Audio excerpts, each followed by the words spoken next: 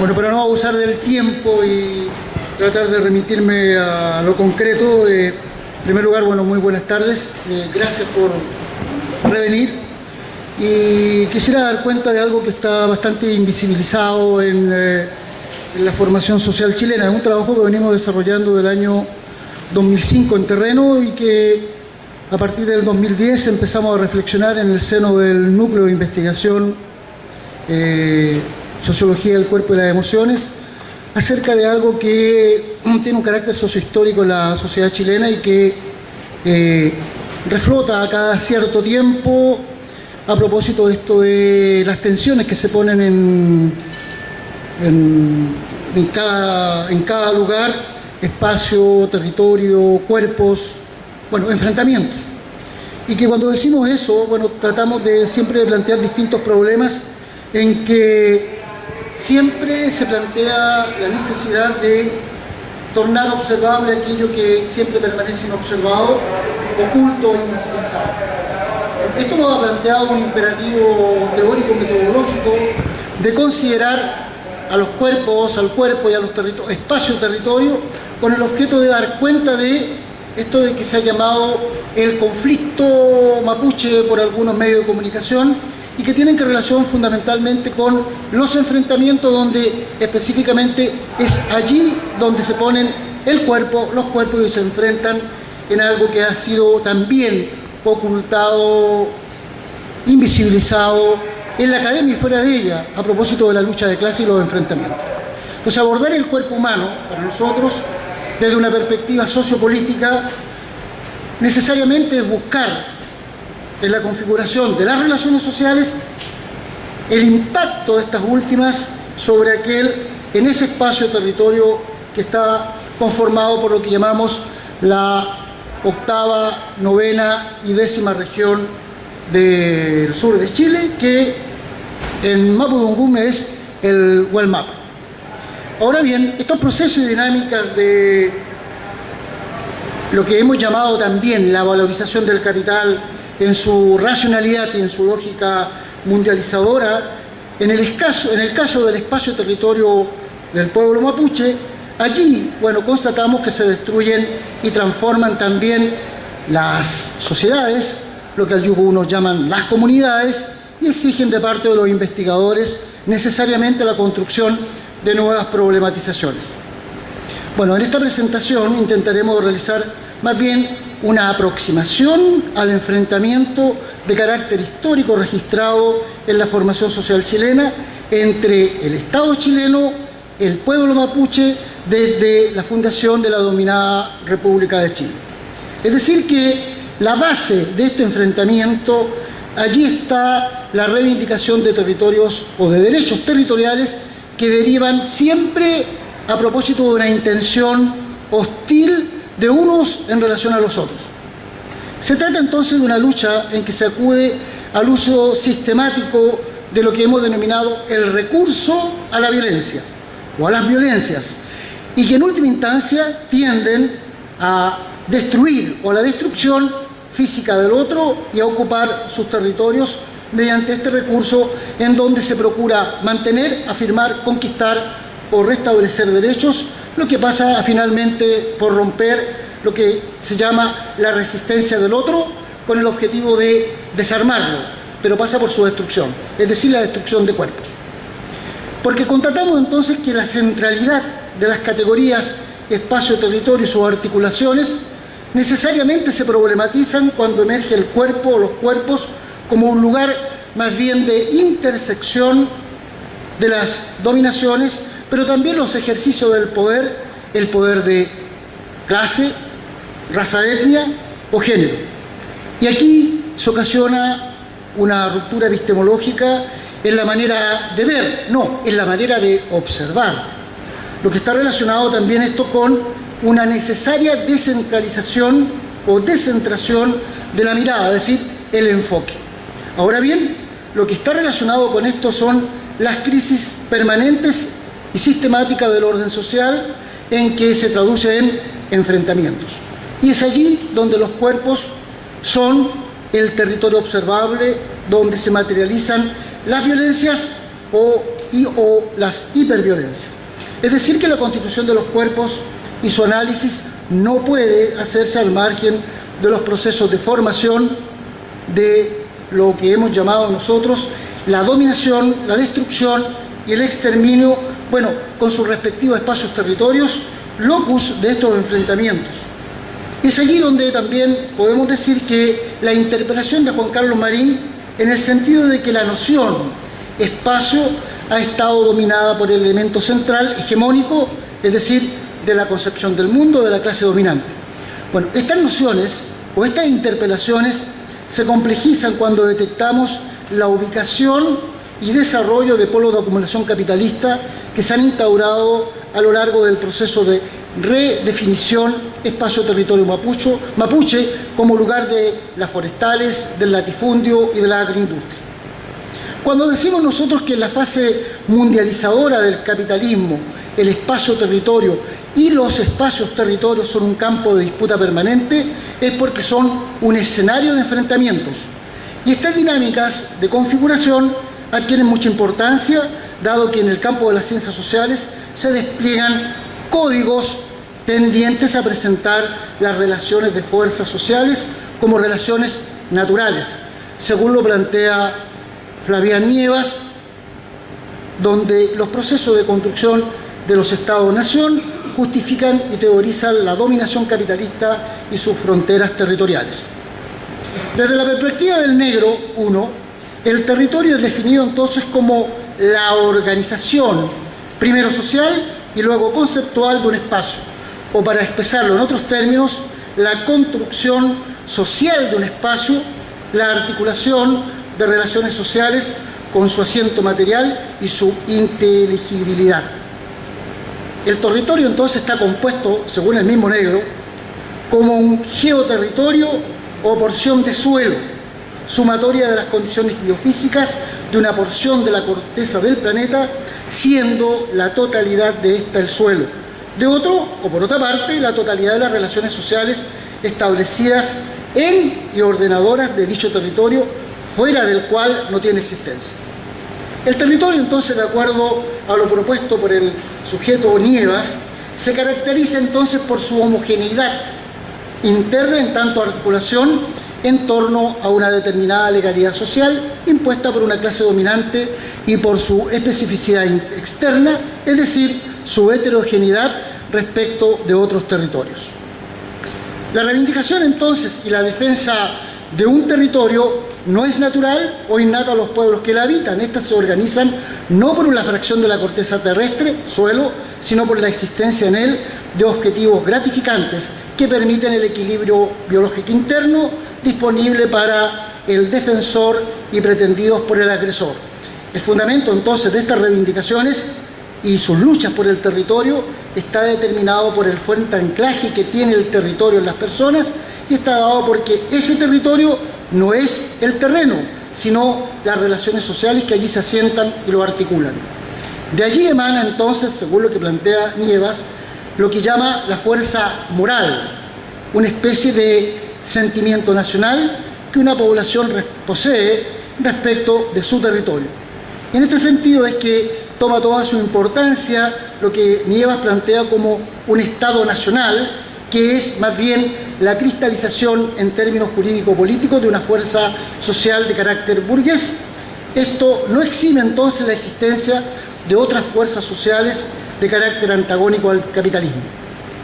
Coinciden entonces con esta perspectiva, las de Nievas, algunas constataciones surgidas en diversas investigaciones acerca del espacio-territorio en el contexto del enfrentamiento Estado chileno con el pueblo mapuche. Y una de ellas corresponde al investigador mapuche Enrique Antileo, quien señala que el territorio es entendido como espacio apropiado y valorizado por un grupo social para asegurar su reproducción y la satisfacción de sus necesidades vitales y en términos étnicos como espacio de pertenencia, arraigo e identidad. Y de la misma manera, José Marimán, otro investigador mapuche, señala que el territorio es el elemento esencial que contiene al grupo, posibilita su existencia y asegura su porvenir. El territorio entonces no es la tierra, es un espacio político donde el grupo étnico ejerce un dominio que se esfuerza por mantener y muchas veces recuperar ante adversarios reales o potenciales. Y en este sentido, Víctor Toledo Llancaqueo, otro historiador mapuche, que ha estudiado en definitiva el concepto de territorio referido a la realidad mapuche, propone que dicho concepto puede ser también operacionalizado en tres dimensiones: base material, entendida como espacio geográfico, conjunto sistémico de recursos; un hábitat, o lo que algunos llaman el hábitat, esenciales entonces para la supervivencia; espacio social, construido bajo la influencia histórico-cultural y simbólica de un pueblo; espacio político-geográfico, que se encuentra bajo el control político de un pueblo. Entonces, la conjugación de estas tres dimensiones permite, podemos constatar que permite al pueblo mapuche la protección de su derecho a la supervivencia, pero también lo que algunos han llamado la identidad y el principio de la autodeterminación como pueblo, avanzando en la integración de aspectos que tradicionalmente han sido tratados de forma separada, que como la identidad, tierras, recursos, espacio, patrimonio, jurisdicción, etcétera, etcétera, etcétera, como lo señala Toledo, de acuerdo a la teorización entonces de estos autores, cada dimensión posee componentes y estos a su vez implican una serie de derechos colectivos a ser resguardados, protegidos y reivindicados. Es en este sentido entonces que cuando tratamos de desentrañar cuál es la causa o las causas del enfrentamiento, los actores que se enfrentan en este territorio o en el espacio territorio mapuche son el Estado de Chile, las empresas forestales nacionales y extranjeras y el propio pueblo mapuche. Es decir que la naturaleza de sus fines y medios no permiten suponer una salida pacífica y consensuada al enfrentamiento, porque esta es inviable. Toda vez que el enfrentamiento se evidencia siempre esta especie de dicotomía existente entre dos cosmovisiones respecto a la tierra, la noción de propiedad privada versus la noción de territorialidad indígena. Es allí entonces que los procesos de modelización jurídico-legal y las buenas intenciones del derecho internacional y sus tratados, que por supuesto han sido ratificados y están vigentes en el Estado de Chile, solo han implicado la constitución de nuevos discursos respecto a los territorios y sobre todo en el territorio que hemos llamado el Gualmapu. En efecto, o podemos constatar que el discurso legal prima siempre sobre una situación más bien de hecho, donde aún existe, y se ratifica en la realidad, una supremacía de intereses de las grandes empresas transnacionales por sobre los intereses de los pueblos indígenas dentro de lo que algunos han llamado el conflicto sobre intereses de los pueblos indígenas, lo que plantea siempre el usufructo, la apropiación, la expropiación, la destrucción de este espacio-territorio. Lo anterior, entonces, nos permite constatar que desde la denominada transición a la democracia en Chile, 1990, se produzca una especie de asedio permanente sobre este territorio, es decir, los proyectos empresariales, principalmente las industrias ligadas a proyectos forestales, que tienen como fundamento el espacio-territorio mapuche. Es decir, que el 70% de lo que hemos llamado el espacio-territorio mapuche, desde Arauco a Chiloé, están bajo la presión de las forestales. Pero la presión o el asedio de estos proyectos de las transnacionales, es decir, fundamentalmente las forestales y la madera, que denuncian todos los historiadores y todos los investigadores, ha generado la destrucción, la precarización de las formas de vida en el campo y efectos nocivos también en la naturaleza, lo que ha derivado en un proceso también de migración histórica de los mapuches hacia las ciudades, fundamentalmente en la provincia de Santiago, en la región metropolitana, Concepción, Valparaíso principalmente. Y es allí donde tenemos que buscar entonces, bueno, ¿cuál es el carácter que le damos a las violencias? En el estado actual de nuestro recorrido constatamos que las violencias son una práctica social que se concreta al mundo como es en el Wallmapu. Y esta corresponde entonces a una acción, a una interacción humana, a un medio y no a un fin, que se materializa cuando las posiciones de los actores se tornan irreconciliables. Las violencias entonces implican siempre el enfrentamiento de dos agentes o un grupo de agentes. Y la violencia en este caso se despliegan en el territorio mapuche, en el Wallmapu, siendo el origen mismo de este enfrentamiento el problema o la problemática de la tenencia de la tierra, en que el pueblo mapuche lo ha denunciado históricamente, es decir, desde la denominada pacificación de la Araucanía o las operaciones conjuntas entre el incipiente Estado chileno y el incipiente Estado argentino, a propósito de lo que se denominó la Guerra del Desierto o la pacificación de la Araucanía. Es decir, que lo que está a la base del despliegue de las violencias es la propiedad. La propiedad, el uso y goce de la tierra. Y en este contexto es que se enfrentan actualmente las comunidades, por un lado, los terratenientes, las transnacionales y el Estado de Chile. Sin embargo, algunos investigadores que trabajan las violencias han podido constatar que la violencia es una expresión del miedo a la historia y el patrimonio privilegiado de los poderosos. Es decir, revertir la legalidad de las élites es negarse a aquella en principio. Y además, construir al fin una historia distinta, pero desde abajo. Es posible deducir entonces que al observar de otra manera el desarrollo del denominado conflicto mapuche desde su emergencia en la presente fase a inicios de los 90 del siglo pasado, que efectivamente los comuneros acudieron, tras no lograr respuesta de ninguna especie a sus reivindicaciones,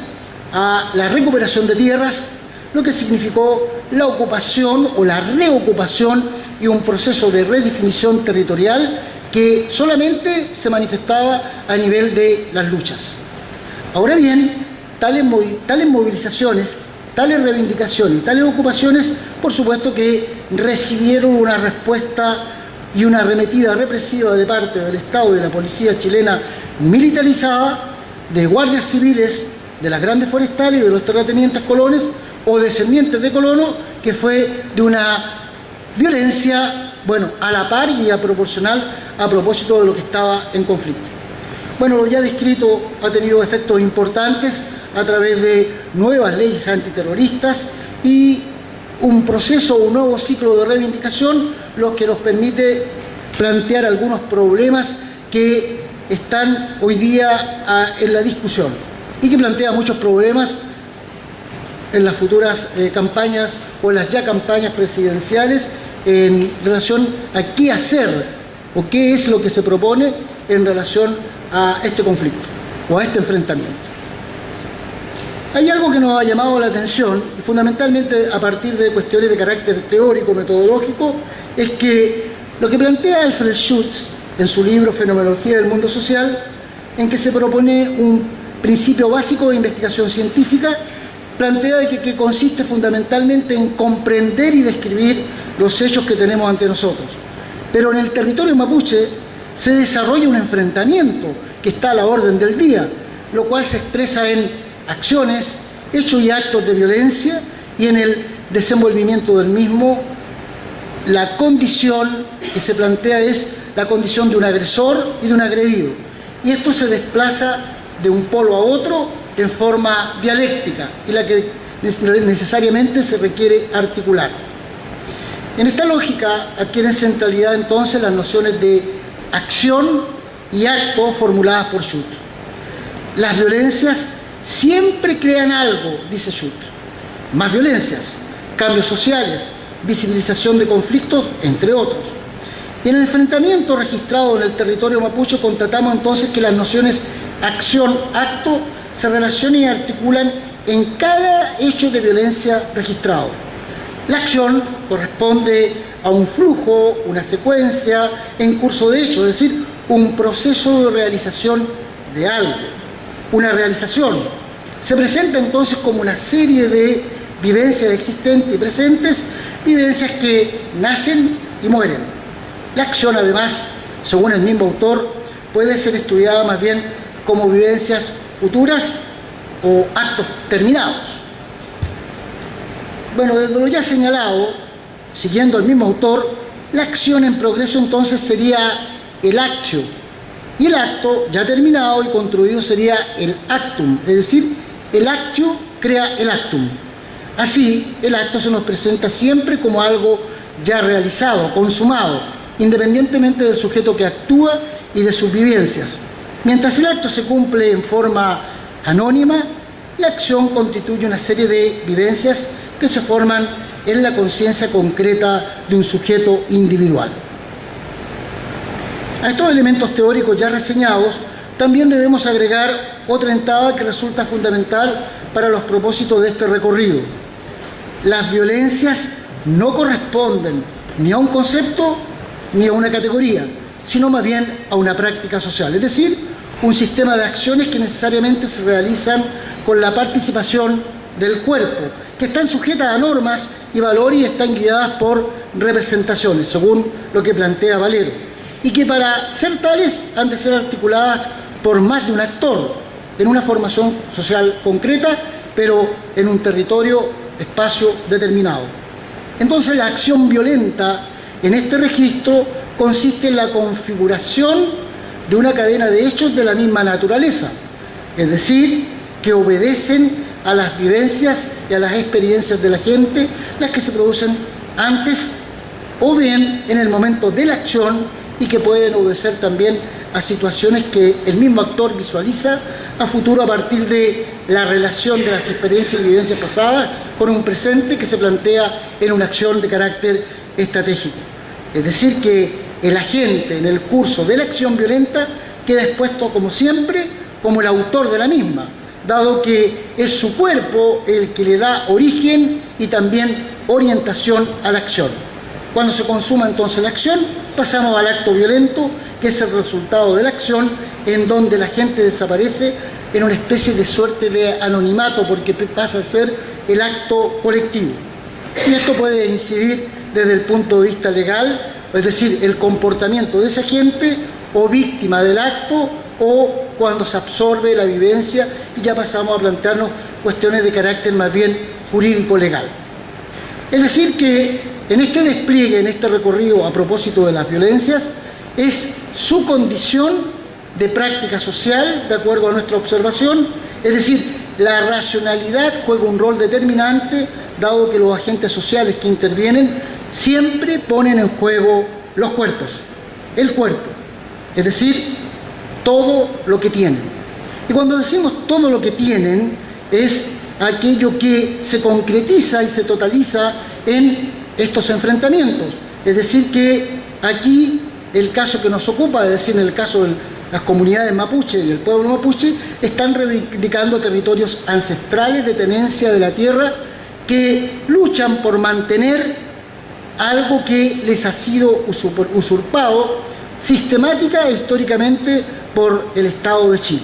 Es decir, tras un cálculo estrictamente racional, en la cual se ha evaluado siempre el costo y siempre se plantea el problema de la rentabilidad de la acción. Ahora bien, me queda mucho tiempo, ¿no? 5 minutos. ¿Ah? ¿Estoy bien? No es que yo me pongo nervioso porque como hay que respetar el tiempo, estamos sujetos al tiempo, bueno, para que no sucedan problemas. Bueno, esta capacidad entonces de reconocer este elemento que llamamos gatillante y transformar tal reconocimiento en un hecho social está en conexión con lo que plantea Bogotío a propósito del hábitus. Es decir, que el hábitus sería el origen de las prácticas individual y colectiva, es decir, la historia. Ahora bien, estas violencias, como lo plantea Bogotío, bueno, contienen el pasado que está incorporado al hábitus. Es decir, se proyecta en el futuro y en el acto mismo, o en los actos, y adquiere materialidad en el presente. Y al respecto, este autor puntualiza que ella posee un principio de continuidad y de regularidad que está articulada en este pasado, presente, futuro, presente. Entonces, esta práctica social se desarrolla en un espacio que es lo que hemos denominado la comunidad sociopolítica realmente existente en el Wallmapu, y en un tiempo determinado, y que respecto a este último vector, según lo plantea Bourdieu, y nos precisa que tiene todas las características correlativas acerca de una cierta irreversibilidad que destruye una cierta sincronización. Es decir, su estructura temporal es su ritmo, su tiempo y sobre todo su orientación. Es constitutiva de sentido. La violencia, entonces, como práctica o en tanto práctica social, no se estructura en un tiempo lineal, dado que en las mismas se registran avances y retrocesos, fintas, acciones distractoras, despliegues y repliegues. Ella interviene en el tiempo y cuenta con sus propios tiempos. Las violencias entonces se exacerban en el marco de las instituciones impuestas por la economía neoliberal, que es el modelo hegemónico en las formaciones sociales latinoamericanas en general, y la chilena en particular, que explica en gran medida lo que ocurre en el territorio mapuche, dado fundamentalmente a que las relaciones entre sus agentes se estructuran a partir de intereses particulares, los que en determinadas coyunturas se tornan antagónicos. Emergen contradicciones que enfrentan a los seres humanos y a las clases sociales. Entonces las violencias, como todo fenómeno social, como lo escribe Crétiez, son el resultado de la lucha o de una lucha de definiciones entre actores que tienen intereses divergentes y recursos disímiles. Esta apropiación entonces privilegiada acerca de las violencias y de la propiedad, sobre todo en un espacio territorio como el que cuestión, tiene que ver mucho con algo que algunos han llamado el discurso acerca de la moralidad, porque allí se implican entonces cada uno de los actores o agentes en el papel que debe cumplir en la llamada, o entre comillas, comunidad, y se ubique donde debe estar. En consecuencia, el rompimiento entonces del estado actual de las cosas será siempre violento, como lo señalaba Benjamin para una crítica de la violencia, es decir, una causa eficiente se convierte en violencia en el sentido exacto de la palabra solo cuando incide sobre las relaciones morales, es decir, la esfera de tales relaciones definida por los conceptos de derecho y justicia. Entonces, la práctica de la violencia que no altere los conceptos ya mencionados no será eficaz y sus rendimientos nulos o anulados por la violencia desplegada para mantener las cosas como están. La violencia, desde una lógica o desde esta lógica, sería éticamente neutral, puesto que ella puede ser empleada para hacer el bien o para hacer el mal, y en consecuencia no todo recurso a la violencia es a priori condenable. La legitimidad de ella está asociada a la naturaleza de los fines que persigue, de los actores implicados, así como en el alcance de los medios o instrumentos empleados en el acto violento. Ahora bien, todo esto es lo que hemos llamado así, para comenzar a concluir, o para cerrar, está in situ o desarrollado en lo que hemos denominado en las lógicas y en la racionalidad mundializadora del capital, que se refleja allí a partir de lo que planteaba Marx en las páginas del Capital. Es decir, que la mundialización es constitutiva del capitalismo, que la base del modo de producción capitalista está constituida por el mercado mundial. Todo esto, o a partir de la revisión, lo que podríamos decir cómo se constata en un polo de acumulación capitalista como en la formación social chilena, y cuando nos referimos a los polos de acumulación, nos estamos refiriendo a cómo se acumula la riqueza y quiénes se enfrentan en ese espacio-territorio. Ahora bien, cuando decimos eso, estamos pensando en que los datos a los cuales nos hemos referido es allí donde se concretizan y se materializan todo lo que hemos llamado los procesos de acumulación de la riqueza. Y en la historia del pueblo mapuche, es decir, a partir de la formación del incipiente Estado de Chile, el discurso de las clases dominantes siempre ha sido calcadamente el mismo. Y solamente a partir de la extracción de un dato es que podríamos decir Claro, el discurso se puede metamorfosear, como lo plantea José Bengoa en la historia del pueblo mapuche, que dice que a partir de un proceso determinado, cuando se le llamaba el araucano indómito y patriota, cuando le fue funcional al proceso independentista, se pasó a la cuestión de Arauco. Ahora bien, han desaparecido esas referencias al mapuche porque ahora, cuando fue utilizado como símbolo de resistencia, más bien pasa a ser hoy día funcional para caracterizar y criminalizar a lo que se ha denominado hasta la fecha al indómito, que es hoy día un ave de rapiña que es necesario también exterminar. Si bien es cierto, si pensamos en cerrar de esta manera, nos permite decir que el recorrido que hemos realizado a propósito de este enfrentamiento o de los enfrentamientos o quienes se enfrentan en este conflicto, nos permite decir que, o a lo menos interpelar y reflexionando a propósito de lo que se escuchó en la mañana, o parte de algunas intervenciones, solamente como interpelación. Es decir, que cuando analizamos las violencias, las analizamos más bien como un factor o un elemento de la dominación, que siempre se ha asociado al poder, es decir, a esta potencia y a esta fuerza como un medio. Es decir, que cuando el fin de la violencia es alcanzado, siempre también permanece como un instrumento para la opresión o para la represión. Y es por ello que quiero terminar ante esta interpelación, más bien en la perspectiva sociológica en que se inscribe este trabajo y esta investigación, aquella en que nos interpela Pierre Bourdieu y Loïc Wacan en una carta a los latinoamericanos,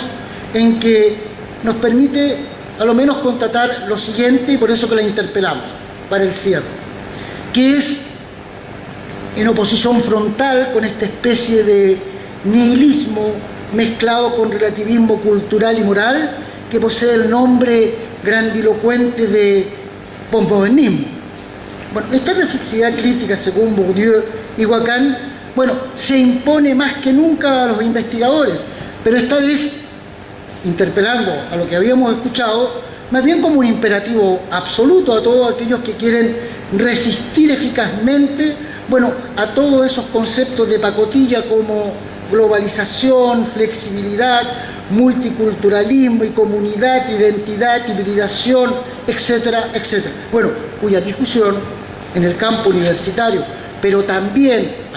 fuera de él, aquellos que interpelan la política, acompañan en el mundo entero la puesta en marcha de la política neoliberal de destrucción. Gracias.